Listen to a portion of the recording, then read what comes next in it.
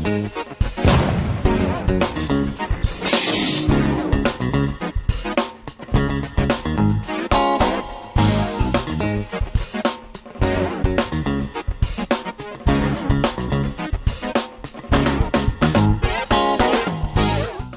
everyone, welcome back to Nat's Knackers Yard. I'll be Nat. My Knackers Yard will be over there, and this will be my first upload of this gorgeous beast doing his day job. So you'll notice I have put the backpack on, the top box on. I've given it a bit of a clean up. It's still a little bit beaten, but it's fine.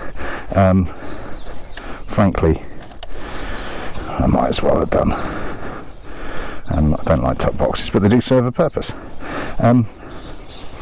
This isn't quite my first day of work with Blue, it's my second, but annoyingly my audio was fucked yesterday, so it gives me the chance to do it again with a bit more experience. Right, actually before I start, what have I done since you've seen it last? Obviously the top box is on. My arsing around is because I'm trying to get used to keeping the key in the back. I hate having more than one key on a fob, it just drives me slightly balmy. The side panels are black, a little bit of polish on the tank. I've taken the tank protector off, which you might think is a bit daft, but you'll see, and I'll show you in a second. It's pointless. You don't go anywhere near it. You don't lean across it. It's not a sports bike. I've also put the seat back up to the middle height. I did try it on the lowest height yesterday, and it was fine, and it was comfortable and everything else. But it's that little bit of extra distance from the tank, because I am quite gangly. It meant that the back of my arse was just rested against the back of the seat. Which was fine, it wasn't an issue, but I could see it eventually turning into one. Oh, that's a smoky bugger. Thank you. Oh, nasty. Yeah, so we have first commute on Blue. And the only trouble is, every time I say Blue, I hear that's a terrible version. I will put the proper version up here. But yeah, I'm kind of haunted by that now. But yeah, so first impressions. I suppose the slight advantage is that having done it once, I can comment a little bit more, or with a little bit more knowledge over what this thing's like. Although obviously I've had it for bugger all the time. Initial impressions, it's so easy to ride. It really is. And it sounds, it's a weird thing to say for a litre bike, but it's first big bike friendly. How often do you hear that? Yeah, ideal first big bike. Anyone that gets a first bike as 1000cc is probably a little bit foolhardy, frankly. But actually, it fits because it is so easy to ride. You know, it fits the returning to biking community really well. So as much as, you know, first big bike for a 20-year-old is probably not a good idea, and frankly it's not the sort of thing they're going to look at. But you know, a return to biking biker, which frankly more people are than youngsters, this is just brilliant. Brilliant for that role. It is just big, comfy, forgiving, very, very smooth. There was a previous comment on one of the reviews that I read about, you know, you can just bang it in third and pootle around and never change gear. You know, it's effectively an automatic big version of the Gnora DNA, I suppose. And it's not far off. Wouldn't go quite that far, but it's really not that far off. You can just bang it in third and pootle around quite happily, and it's still got more than enough in reserve that if you give it a twist, it'll throw you back enough to put a smile on your face. Probably not enough to wheelie, but not big into wheelies, neither are my local police. Yeah, so it's nice. I'm trying to see if I can find a section. So there we go. So I'm now in third, 25 mile an hour. Handles the bumps beautifully. It just squishes them. It's a big heavy beast. Whereas Sting, you knew about it when you hit the bumps. I mean, it's fine with them, but just yeah.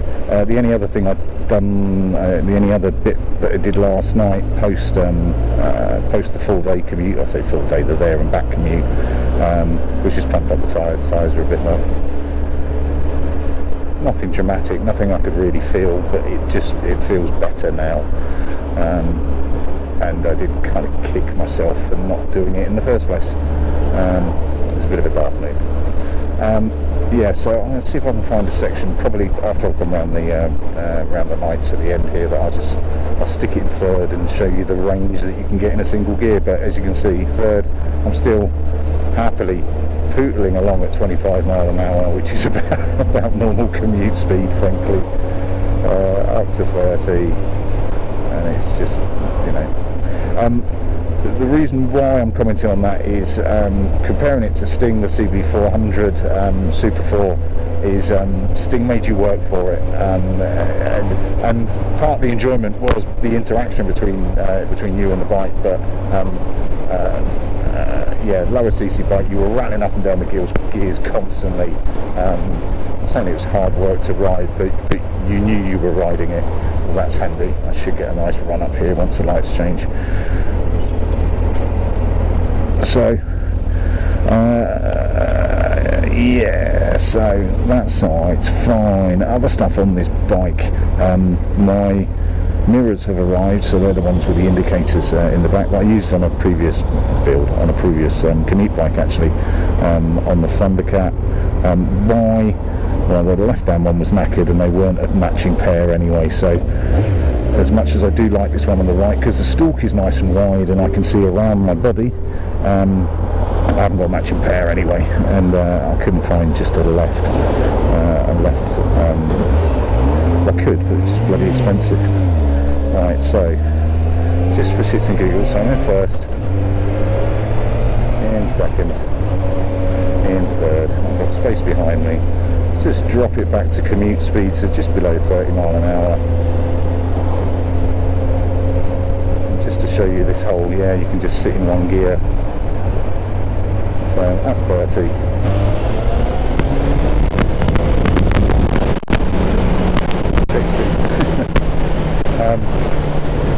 Yeah, interesting move into sunshine. Well done you, Dick. Yeah, so you can just sit in one gear on this and it will treat you absolutely fine while you are doing it. Yeah, so back on the mirrors, they've arrived. Now the stalks are shorter, and I don't want to be staring at my chest as much as I have a wonderful chest. So I have ordered like spacers, effectively, just to pull them out a little bit. They're not going to look phenomenal, frankly, but I don't care. That's not the rationale here. And let's face it, it is a fairly ugly bike at the best of times. So they are on the way. Other stuff on the way. Haynes manual. Daniel Barnes will be very happy with that. But there's I built up a little bit of a library from previous projects. Not every project, but if I can get the Haynes manual for it, if it exists, then I tend to get it and then keep it for the next time I come across something. But particularly on a commute bike where I am going to be tinkering, well, I anticipate tinkering for a fair amount of time, over a fair amount of time, it's just worth having it with you anyway. Anything else? Oh, crash bungs, I've ordered those just to match them up more than anything else. It's an aesthetic thing more than anything else, but blue is just brilliant. Similar to my to Dave, my diversion, where we were just sat there looking at each other. Not a sexy bike, but a great bike, and I'm happy with that. And it's got a lot of low end torque. It's great fun, and for a big bike, when you're moving, it actually feels quite light as well. Steering's nice and loose, weight transfer is lovely, the Promax tyres on it help. What else? Been looking around on Tinterweb. There is a Irish dude called Gorilla Biker who's done a lot on the CBF 1000. He has changed his exhaust, so he's gone from the standards, from the OEMs like I have at the moment, and he's put Black Widows on him, just on his, because he wanted more noise out of them. He just found the bike too quiet. It's something I might consider in the future. At the moment, I'm actually quite enjoying a quiet bike. Now, bearing in mind that Sting, the CB400 Super 4, was feckin' loud, was a shouty shouter, was still in the garage, it's not past tense. It's a shouty boy. I'm actually quite enjoying the peace and quiet, and to use this as a commute bike as it is, it just keeps it a little bit more nondescript. I don't think, no, I've never, and I don't know anyone that's been stopped by the police for a noisy exhaust, but I am also old enough to tut at young kids going past on a 125 with a bean tin on the back making a load of noise, so I do get it, and this is just, you know, nice and smooth. Watched a few of his boards, including a brake pad change one, because that's something that I wanted to do relatively shortly, but not right now. Brakes are fine, and I am, having never had a bike with ABS before, or linked braking, I am noticing the difference, and it is it is just so much better. So much better. On the other stuff, I haven't done anything with Sting or informed the other guy that he's now going to be up for sale. I've just been too busy with other bits and pieces. On the Aprilia on Shiver, and it is Aprilia, I keep saying Aprilia. Anyway, on Shiver, the lock set and ECUs arrived. It arrived in the week. It actually arrived on my wedding anniversary, on my 19th wedding anniversary, which left me with a real quandary of I'm really desperate to try this. Am I brave enough to do it on my wedding anniversary? And there's a really simple answer to that: no. I've been married 19 years. I'd like to make it at least 20, and disappearing into the garage to play with bikes on your wedding anniversary is probably not the way forward. Just trying the noise testing here. See, it's just it's just quiet. Yeah, so I didn't do it on my wedding anniversary. I have done it since then. Plugged it all in, turned it all on, and I just get this screen. Annoying. I was just about to give up. I was just about to order the whole new piece. Put a question online saying, how do you get rid of this? And I've realised I've made one really fundamental mistake, and it is all down to the antenna on the ignition set as well. I've assumed that, this is difficult to explain, I've assumed that the antenna is plugged in, that's the best way of doing it, is plugged into the key set, i.e. the bit where you put your key, you know, the lock set itself. So therefore it's just a trailing wire, and that acts as an antenna. And actually the one that I've bought, I got second hand, and it came fucking super speedy from Italy in a week, the end of the cable has got nothing on it, i.e. it's just two sticky LT bare wires. Now that makes sense to be, you know, the end, if you like, of the antenna, and I was assuming that the signal is generated from the key end of it and out. It wasn't until I did a bit more digging around that I noticed that actually you should have a plug on the end of that, and that, because it's got a plug on that, that means that plug plugs into somewhere. That was reinforced by somebody replying to my question on the Facebook page through Messenger with a little video showing, you know, actually showing the wrong bit, showing the key end, not the plug end. Let me just pull in.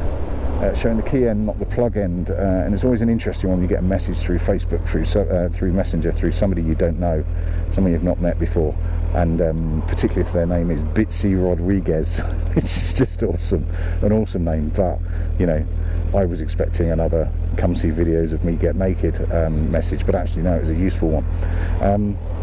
So I've messaged back and said, brilliant, I can see where my problem is. It's at the other end, brackets, where does it plug in, mate?